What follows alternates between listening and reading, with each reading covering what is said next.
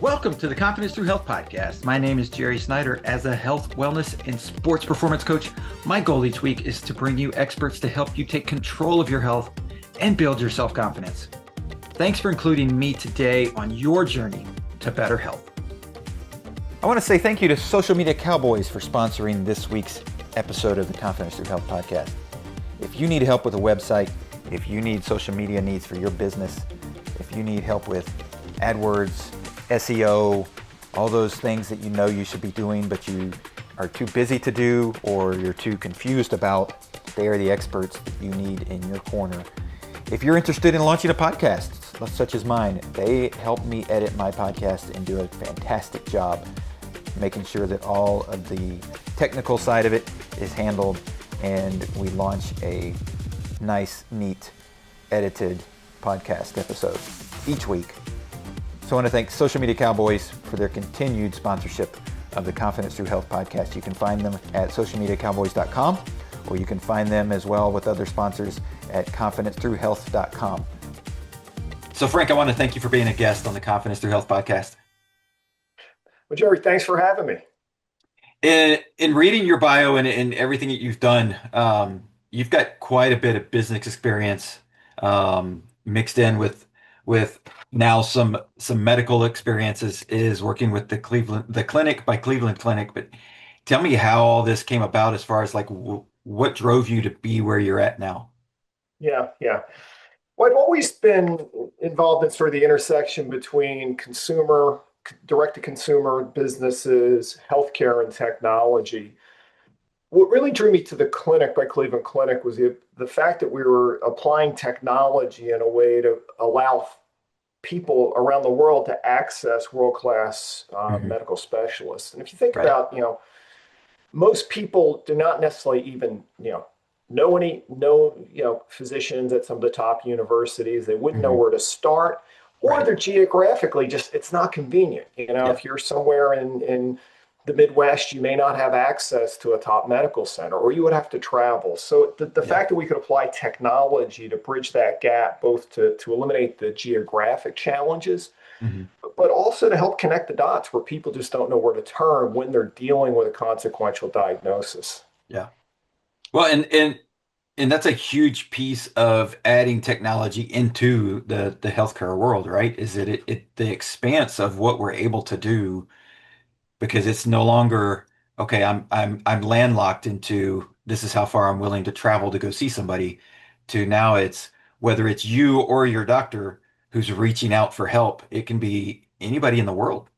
Yeah. I mean, half the counties in the U.S. don't have a practicing cardiologist. So if you think about that, and you've got particularly if you have a complex cardiac condition, you're kind of stuck. So I think we really help fill that gap and bridge those, bridge the gaps that folks are experiencing out there.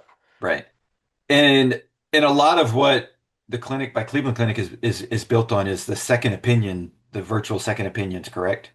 It's like helping people. Yeah. Our company was founded, we started in early 2020, so the peak of the pandemic, and the vision between Dr. Tom Mihalovic, the CEO of Cleveland Clinic, and Ido Schoenberg, the CEO of Amwell, a telehealth technology company, was, how do we leverage technology to unlock access to these specialists? So we do that through a second opinion program. And it's really designed for people going through significant and consequential decisions. So you're told you need surgery. You have a condition that's not getting better. Right. There's multiple options in front of you. You're told you have cancer. And the first thing people are like, what do I do next? So we give people that the option to turn to a Cleveland Clinic specialist. And what we find is it gives them, first of all, peace of mind. And you think about, you get a diagnosis like that, you kind of scares the heck out of you. Yeah. And then you go from fear to a little bit of confusion to overwhelmed. And what we help to do is provide that peace of mind that, okay, I do have a few options. I understand what the trade-offs are of my options. And generally we find that, 2/3 of the time we're either uncovering a change in the diagnosis or a change in the treatment options that are available for that individual. So it really helps put them on the right path forward. Right. Well, and one of the things that I think people need to, whether they know this or not, they need to realize that every doctor has their specialty, right? Their wheelhouse. It's like they may be a cancer doctor, but they're really specialist in kidney cancer or right. And so you may go to what's considered the best doctor in your town, but they may not be the best for what your condition is. Yeah, absolutely. And I think there's a couple things going on there is, depending on who your physician is, your specialist is, if you have a rare condition, they may have never seen that condition, or maybe they've Right. seen it three times over a career, whereas a specialist at a top academic medical center is seeing patients like that on a regular basis. So they just Yeah. don't have the experience or the exposure. I think the second thing is medicine is a team sport. And Hmm. we had a case that came through recently where the patient came to us because their cardiologist and their cardiac surgeon, so both heart doctors, Right. but slightly different angles, were disagreeing on the right path forward for Hmm. that individual. So they came to us as a tiebreaker. Right. So we find that both it's the expertise, but also we bring a multidisciplinary approach, and where it's a surgeon, a general cardiologist, or maybe a surgical oncologist and a medical oncologist, radiation oncologist, but we bring that team together to make sure we're looking at your condition from all angles. Right. Well, I think that's something that like I have a one of my clients is a doctor that I'm trying to help him stay in shape and so we've had conversations as he's working out. We talk and he's mentioned some things about getting that team of doctors together to make a decision on one of his patients. And you know, people I think don't realize like how much that happens behind the scenes, especially when it's a difficult diagnosis of different doctors coming together to say, how do we make this better? And so, that's one way second opinions come about because you've got multiple people coming together. But again, getting that true expert from somewhere like the Cleveland Clinic, where they're, one of the top in the world in what they do. And so, like you said, they're more likely to have seen all these rare things that are out there that, happen to one out of 250,000 people. Yeah, absolutely. I think there's also, in a second opinion program, you benefit from objectivity. Mhm. And I hate to say it, but I think people know that there's, financial incentives and Oh sometimes yeah. misaligned financial incentives in healthcare. And that could be either, oh, someone pushing to have surgery where maybe you don't need it, or trying to Mhm. say you don't need surgery when maybe you do need it. Yeah. So, with the Cleveland Clinic physicians, first off, in rendering a second opinion, they're not managing that patient directly. So they Mhm. have that level of objectivity. So it really is what's in the best interest of that patient Yeah. that they're helping in the second opinion process. The second thing, and it's really a cultural thing, different institutions have different cultures. Cleveland Clinic it's a staff model. So the physicians are never incentive. It's not like, okay, if Mhm. I do another back surgery or knee surgery, I'm going to get a bonus at the end of the year. Their Right. incentives have nothing to do with those kind of metrics. It's all about what's in the best interest of the patient. So I think both the second opinion process opens yourself to objectivity, and then I think just the types of physicians we bring in through Cleveland Clinic, it really helps ensure the quality, the objectivity, Mhm. and I think the caring, Yeah. because you're dealing with your health, so it's an important thing to you. You Right. want to have something really dealing with someone who like really cares and really Mhm. shows that empathy. Right. And I read something years ago, and then in doing the research about the clinic by Cleveland Clinic, that I was like surprised it's even higher than what I had thought. That I'd read that it was somewhere in the 50 to 55% of second opinions come back with a different diagnosis. And so it was like you're better off going to get a second opinion than you are Yeah. just taking the first one by. Yeah. So the actually we see about 70% of time there's a change in the diagnosis or treatment plan. So Yeah. something has changed, and again, it's better insight. We find the diagnosis actually changes um, up to a third of the time. Okay. And sometimes that could be good news that, hey, this it's not malignant if you're talking about Right. cancer. Other Right. times we catch things. And of Yeah. course, although you may not want to hear that, you're better Yeah. off knowing today so you Right. can really be proactive in terms of managing that. So, Yeah.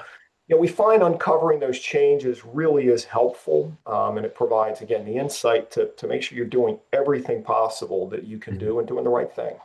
Yeah.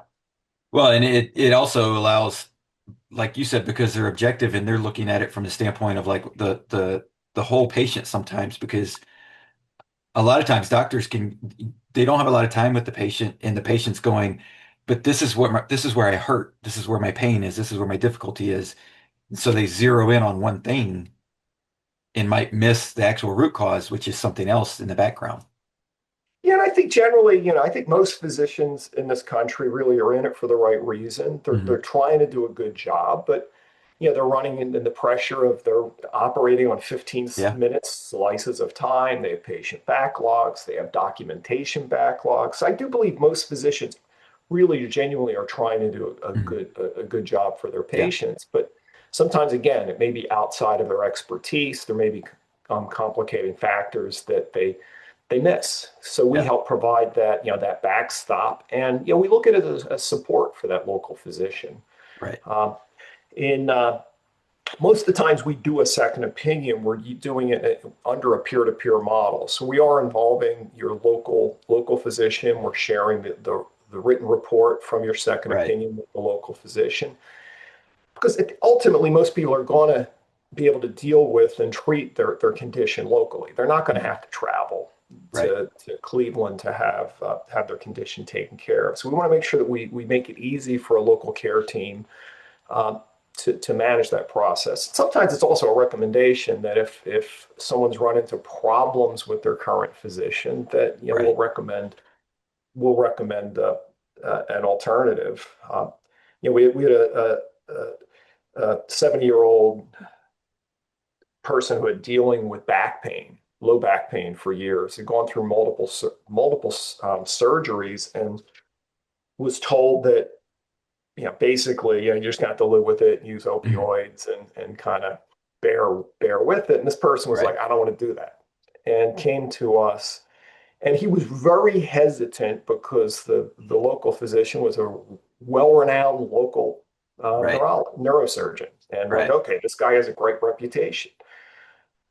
And in the second opinion program, the Cleveland Clinic neurosurgeon spine surgeon looked at this individual's case and identified that, with a specific approach, and first off, it was weaning the person off of opioids before the surgery. Hmm. And I think there was some prehab prior Yeah. to surgery. So how do you get the person prepared for surgery Right. that, we could, address the pain. So this individual, and this was 2 years ago, but it was kind of a cool story because they came back and said, I had the surgery. Cleveland Clinic doc recommended a local spine surgeon Mhm. and has been pain free. And again, it's a matter of the objectivity, Right. other options, which was both the care path plus, there's a really good surgeon in your area, and Yeah. so so we try to do everything we can to make it easy for you and to be helpful at that time of need.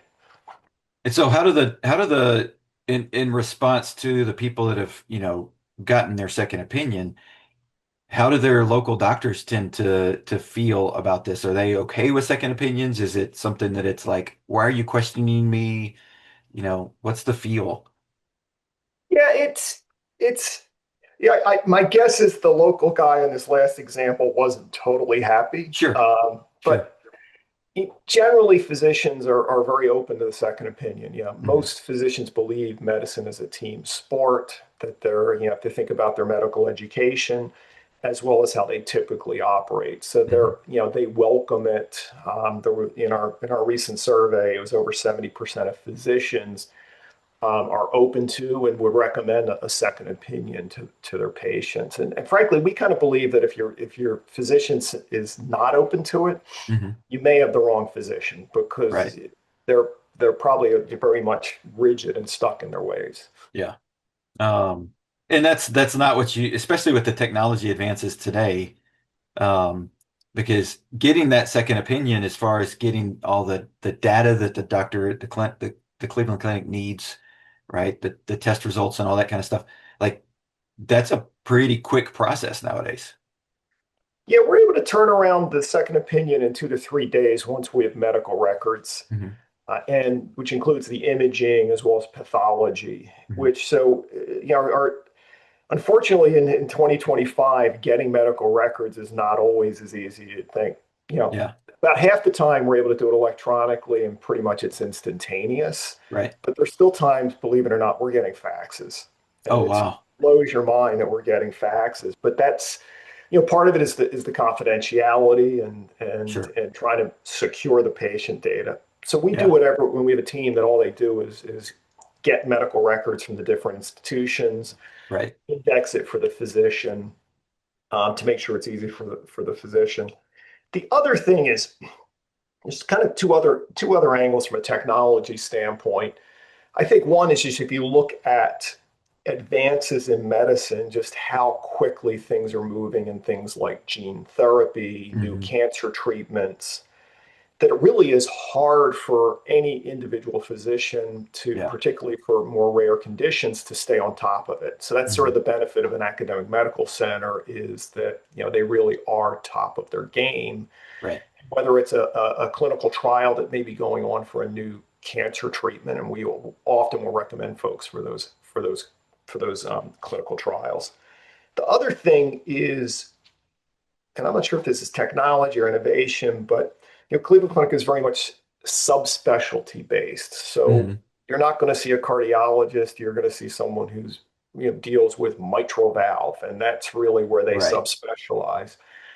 The pathologists, for example, are also highly specialized. So it's not a general pathologist. If we have a breast cancer patient who comes to us, it's a breast cancer pathologist who's reevaluating uh, Right. the um, the samples. So we make sure that we're really trying to apply, the latest knowledge, the latest insight to everything we do.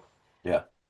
Um, and that's something that I think people need to understand. Again, it's huge into getting that expert who's not just an expert orthopedist or oncologist, but they're an expert in exactly what you're dealing with.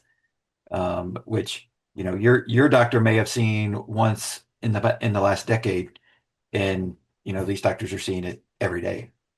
Yeah, and some physicians may be more comfortable in one approach versus another. Hmm. Prostate cancer, there's about, multiple different radiation options. And if someone's more comfortable with one, they'll probably recommend that more often, where there Right. may be something less invasive that has less potential risk of long-term side effects that Yeah. should be considered. So we try to make sure, again, it's what are all your options?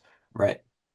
And you also don't have to worry about when you're getting the second opinion there, you don't have to worry about like, okay, well, I can only see the doctor in my network, or, and they might not be the best doctor in town when it comes to whatever you're dealing with. Yeah. Yeah, this is a self-pay service, Right. and I think there's two benefits to that. One is the level of attention and detail Mhm. to makes it easy. Our process starts with a video visit with one of our nurses who spends time just really understanding, okay, well, what was your diagnosis? Who have you seen? What are the questions you have? What are your concerns? So we really, try to really make sure that we're able to address all the concerns that any individual may have. Mhm. That nurse also is basically with the patient every step along the way. They're making sure we get the medical records, the imaging, and all that sort of thing. And they're matching the patient to the optimal doctor. Right. Most people wouldn't know where to turn. You just say, okay, the Yeah. head of cardiology at Cleveland Clinic is Dr. An incredible cardiac thoracic surgeon, but he may not be the right person for your condition. Someone Right. on his team is, because that's their Right. specialty. So it's not a matter of just looking in the phone book and saying who's highest on the org chart at a hospital. It's a Right. matter of who's that right match for your Yeah. individual case. Yeah. And our team, really puts the effort there. The final thing is, from a physician standpoint, they're not locked into that 15-minute interval. So they're able Mhm. to both look at your case, consult with their peers to make sure that what you're getting is very thorough, very well thought out, and very comprehensive, so that as you're looking at your next steps moving forward, uh, you've got all the right information in front of you to make a confident decision. Yeah. And on the second opinions, as far as like, and I'm sure y'all get the feedback from patients as far as in like, okay, well, I'm going to go ahead and do this. I'm going to do that. Like, are there people that are like, I just don't feel comfortable with that. I'm going to go with what my doctor said, my local doctor. Yeah, we find it's about 90% of the time the individual says they're going to move forward with the recommendation they get from the second opinion. So it is a high percentage, but there are people that may decide to go with their local physician, and Yeah, it's personal. So I sure. think that's right for them, Yeah. and we support that individual decision. But we find the vast majority act on the second opinion, Mhm. and it's given them the confidence to move forward aggressively. Right. Um, and I would assume a lot of times when you get somebody who's going through that, because I went through this when I tore my knee up almost 9 years ago. The doctor was telling me things, and I was like, this just doesn't. I feel like I could move faster through this process. I feel like you're, and come to find out afterwards, like we went to him because he was a family friend through my wife connection that she had, and so we were able to get in quickly, Yeah. right, when it happened. And so I was like, okay, that was a huge benefit. But find out like, okay, he is a knee guy, but he's more an older person knee guy, right? Degenerative, not, Not accident, not not boom. for a performance athlete. Right. And so my second opinion was with the team doctor from when I was running at A&M. I went back to him and said, "Hey, can I get a second opinion on this?"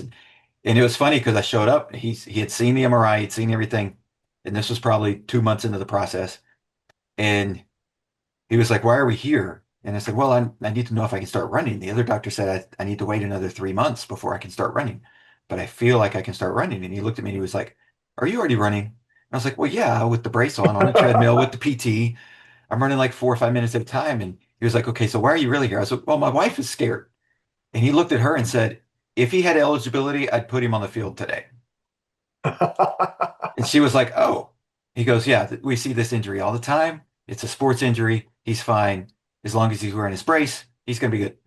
Um, and so it's obviously that didn't, automatically heal it right away. I still had to go through the rehab process to get it built back up to strength, but that just shows the getting the second opinion oftentimes is what's like keeping you from getting to that next level of health and next level of pain relief or moving closer to diagnosis, treatment, and all that.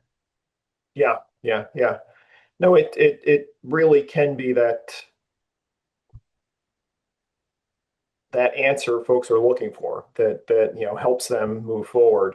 And we see particularly in musculoskeletal injuries that there's often overuse of surgical approaches, Hmm. and that the more conservative approach, which might be physical therapy, it might be a steroid injection.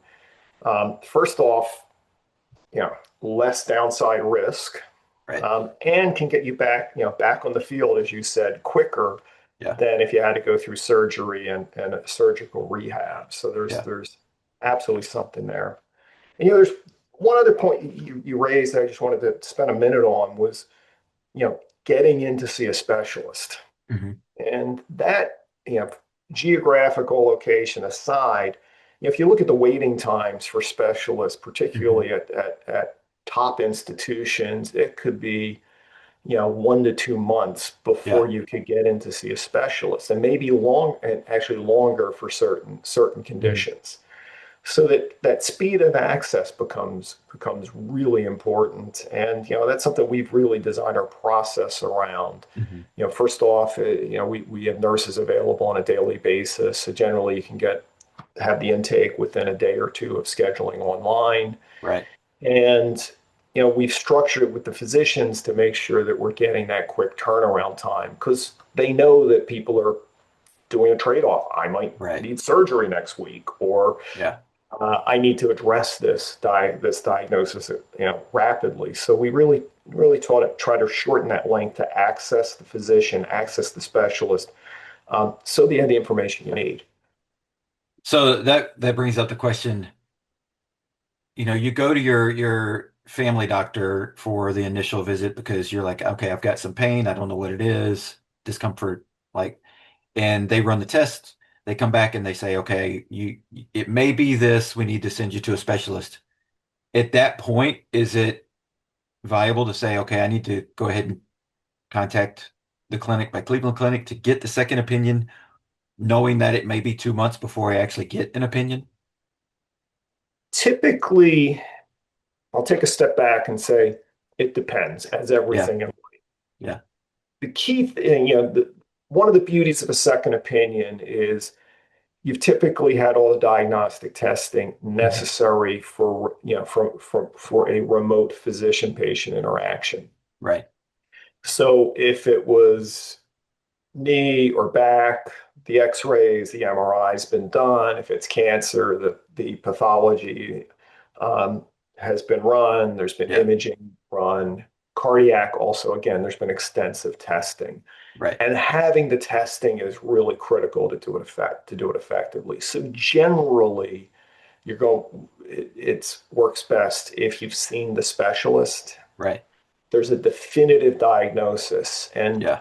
you know it doesn't work well if I suspect you have X, um, and the data's not there, the testing's Right. not there. Then it Right. really doesn't work. It's really all about you have this spinal compression. It's L1, whatever. It's Hmm.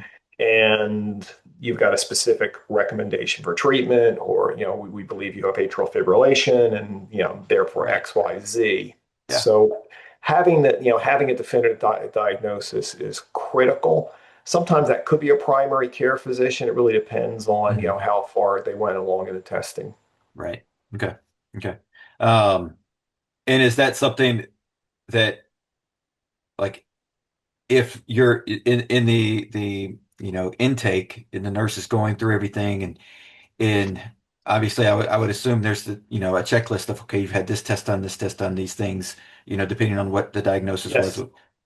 If something shows up and it's like, oh wait, y'all didn't do this, why, like, you know this test or that test based on whatever, it's like, because Yeah. maybe the physician didn't know to do the test, or thought, well, there's no reason to do it because these other ones show this. That happens pretty regularly, and it may Yeah. not come exactly in that intake. It may come as we get the medical records, but Mhm. in the intake, there are times where our nurse will have a conversation with folks and say, you need additional testing. Yeah. Appreciate it. Go get the additional testing done locally, and we can Right. help you at that point. Sometimes it may come across later in the process. Hmm. And we try to be flexible, and obviously, if we're not, if in that nurse intake we're not, able to help you, it's, we're not running your credit card. Right. It's Yeah. Yeah. Yeah. we're doing the right thing for the patient every Yeah. time. Yeah. Um, but that additional testing typically is not something that you have to then travel a great distance for, because most testing facilities can do the test if they're given the correct instruction on, I need this done, that done. Typically, whether it's imaging or blood work, or other testing, you can have that done locally. You don't need to Mhm. travel. Right. Um, so again, the benefits far outweigh, like, any negatives of going through and getting a second opinion, um, because it's either going to validate what you already know, or potentially save you, surgery or other things, and put you on a treatment plan that should get you healthier quicker. Yeah, we think the value is huge, and it is an out-of-pocket expense. We Mhm. don't want to underemphasize that, but you avoid the travel, you're getting expedited access, Mhm. and again, you've got confidence, and Yeah.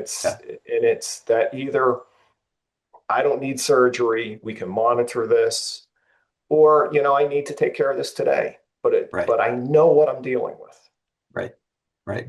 Um, and I would assume that in the interaction with, to go back to the spinal patient that you mentioned, that's the interaction from the Cleveland Clinic doctor to the local doctor of, okay, this is what we saw, this is what we like, I would assume that interaction is well received and gives them better ideas of, okay, I'm going to do this surgery and now I'm really confident because I've also got this expert that's confirmed everything that I'm going to be doing.